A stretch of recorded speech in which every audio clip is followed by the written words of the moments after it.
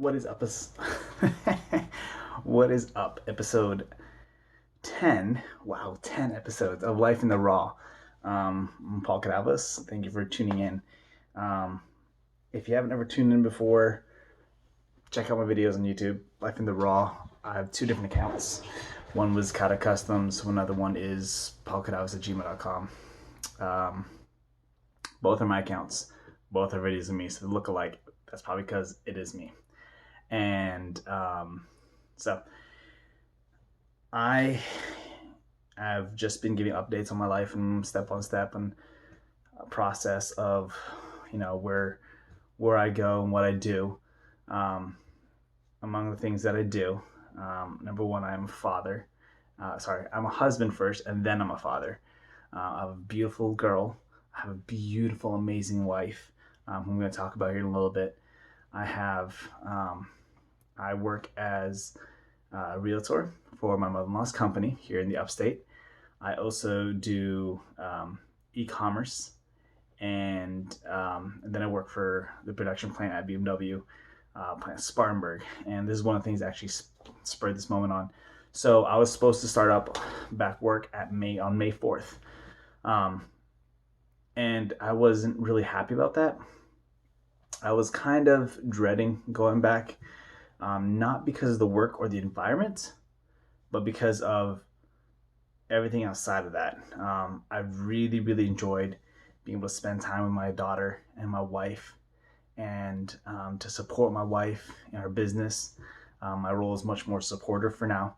I'm stepping more into leadership in that e-commerce business of ours, and it's just been so nice to just be on the same schedule because I work B shift, which, as you guys know, B shift I work from like basically from 7 at night and I get home at 7 in the morning, and it's hard. It's hard putting that stress on my wife. It's hard not being in the same schedule as her. It's hard not seeing my daughter. She's changing so much. It's incredible. It's crazy. She has like little teeth now. It's crazy. It's so cool. Um, but it is so hard not being on the same schedule as them. And it's something I know I have to bear right now. It's something that I have to take and hold because I'm the one who's has insurance. For now, we want to be at a place where we're completely debt free, besides a house and besides one car. Um, Free of student loans, free of credit card debt, and that's what we're pushing towards, as well as some of other smaller goals that we have, like backsplash in the kitchen. I got that done. Screening the back porch, landscaping the backyard, just basic things like that, that are on our vision board. Actually, it's over there. I'm just looking over it and bought my dream car, and so there's just small things that I've been able to do while not being at work because of the COVID-19 stuff. And I am probably one of the few people, not few, there's got to be more than me, um, that have enjoyed this time off. And this is why I say few. I've enjoyed the time off because, one, I've been stress free of not having to worry about paychecks, not having to worry about where's the money going to come from. Two, we've been healthy. Three, my wife and I work so well together. It's amazing. It's something that we've grown, I would say, after the past, after the past, we've been together a long time, like almost 10 years now. We've been married we'll be married for 5 years at the end of November this year. And it's something we've grown and we work really well together. Yeah, we get each other's throats sometimes, but we work it out. We have a very good dynamic, helping each other with the kid. When I can sense when she's had enough of the kid, and she can sense when I've had enough of the kid. When she wants to go out, I let her, and when I want to go out, she lets me. And it's not we don't ask because out of permission, but we ask out of respect for each other, and that's very, very cool to have that, relationship with my wife. And so those things all together make it we have a very unique situation, and it's very, very awesome to be in this position. um, Now I do realize that there are a lot of people that can't have the comfort that I'm enjoying, can't have the stability that I have. Whether that's in your relationships, don't have the stability in um, your financial goals, don't have the stability in your household, don't have the stability because you're worried about the economy, don't have the stability because of your health, don't have the stability because you don't know when your next paycheck's going to come from. You don't know if you're going to be able to buy food for your family. And those are things that are very present in my mind. Those are things that are in the forefront of my mind because I care for people deeply. I really, really do. I care for people on a very, very deep level. My heart goes out to them, and sometimes I care for them more than they care for themselves. Um, and it's sad that I can say that, but I love to pour my heart out to people. I love to want things for people. I want people to have financial freedom. I want people to have amazing, beautiful relationships.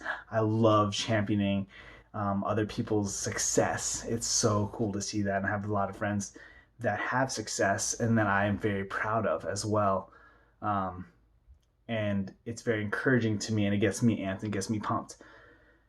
But like I said, I recognize that there are not very many people that are in the situation that I'm in. My wife and I, we like to hang around people that we consider two percenters. And the two percenters are people that go above and beyond, and the people that are going, um, further and further. The people that are always pushing, people that are always growing, people who are like bred to make, like, are people that are just wired to be difference makers, to be catalysts in this community, in this universe, in this world that we live in, to change and to improvement and to pushing other people to becoming better. And those are the people we like to be around because that's who we want to be. And that's who I want to be consistently. I want to be someone who pushes other people to become better. I want to be someone that gives people ideas, an innovator. I want to be someone that's a catalyst of change in people's lives. And that's partially why I'm doing this video. Is I need to continually remind myself what I am doing, why I'm on this path I'm on, and why am I always talking to my camera, even though I know not many people see this, and I don't really care. And if people do see this and helps, that's awesome. But I want to be a two percenter always, always. In fact, I want to be a one percenter. I want to be the top of the top, the best of the best, and I want to get there. And I got to start working on myself. Um, how I help other people will be the outflow of what I put into myself and what I get into myself. And if I want to help people so bad, I better have so much coming out of me and so much that I can give away. But that requires so much of me being poured into by my mentors, by myself, by books, by my wife, and all these different things that I need to continually be growing myself, continually pushing myself into leadership, and continually growing my mind, to not limiting myself, as well as not being afraid to push, and not being afraid to recognize where I'm weak. That being said, all those things in consideration, if you are someone that is in a pinch, if you are someone that just needs to talk, or if you're someone that is having a hard time in life, please, please, please reach out to me. I may not have much to offer, but I will give myself, I'll give my ears, I'll give my ideas. And like, I just want to help people in this time. It's rough. It's hard. People are struggling. Businesses are closing. Fortunately, I'm in a very good business. My wife and I are in a very, very amazing business that does really well, specifically when the economic downfalls happen. And it's just amazing what God's done in our lives through this company that we're a part of. It's amazing what God's done in my wife and I's life as He brings us closer together to Him and closer together to each other. And it's really, really beautiful to see that. And I just want my life to be a reflection of Christ, and my life to continually point others back to God and point others back to Christ. And I want to be a beacon, a ray of hope per se. I've been watching anime, My Hero Academia, and it's really, really cool. If you guys are into anime, if you've seen it, great. If you haven't seen it, check it out. It's pretty cool. But it's talking about heroes and how these kids strive to be the best, strive to be the beacon of hope, the ray of light in people's lives, and to always be smiling in times of crisis, to give the people hope and to give the people the encouragement and the uplifting that they need in those times. And that's honestly what I want to be. I want to be a hero to people, specifically to my daughter, to people that are in my tribe, to the people that are around me, to people that are with me, beside me, even against me. I want to help lift them up. I don't care who you are. I don't care what you do. I want to be able to help you out. I want to be able to lift you up, and I want to be able to push you forward and help you succeed in any way possible. I'm the type of guy that I'll give without remorse. I'll give without limits. And it's kind of dangerous. That's why my wife keeps me in check. So once again, we work really well together. That's why she's in charge of the money, because I just give it all away. But it's these times now. What I'm saying is, I'm not saying that it's. Oh, let me just rephrase that.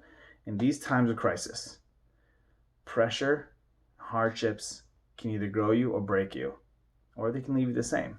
It's honestly up to you how you face this crisis. It's honestly up to you how you choose to spend your time. It's honestly up to you how you decide to push, sit back, chill, just learn. It's up to you if you want to grovel in your pain and your sorrow. It's up to you if you want to feel the weight of the depression, feel the weight of the sadness, the sickness, the constant bickering that society has, and the concept like my ideas are better than yours, that kind of nonsense. Instead of just talking it out and discussing and trying to move forward to a better society, it's okay to feel all that. But I advocate growing. I advocate pushing. I advocate learning. I advocate a higher standard of living. And I believe all of that comes with a very definite discipline. All it comes with being very aware of what you are capable of, and being aware of what puts yourself down and what holds you back, and realizing and giving yourself permission to go above and beyond those boundaries to become successful. Allow yourself to become open-minded. Allow yourself to be someone who's not afraid to take criticism, but learn to take anything with a grain of salt. And a lot of times there's truth in what people are saying, even if they're not saying it correctly. And one of the things I came up with, and one of the things that I've written down, is that just remember, you are not unique because of circumstances you are in. You are unique because of what you do with those circumstances. So I just want you guys to remember that in these circumstances today, you're not unique. There's a lot of people in hardships. Well, what makes you unique is how you take all of this going on and you push it and make it into something beautiful. So just remember, clay isn't very pretty when it's not molded into something. So take what you have, take that mud, make it something beautiful. Well, that's all I have for tonight. Thank you guys for joining Life in the Raw episode 10. Hopefully episode 11 will come along shortly. Have a great night.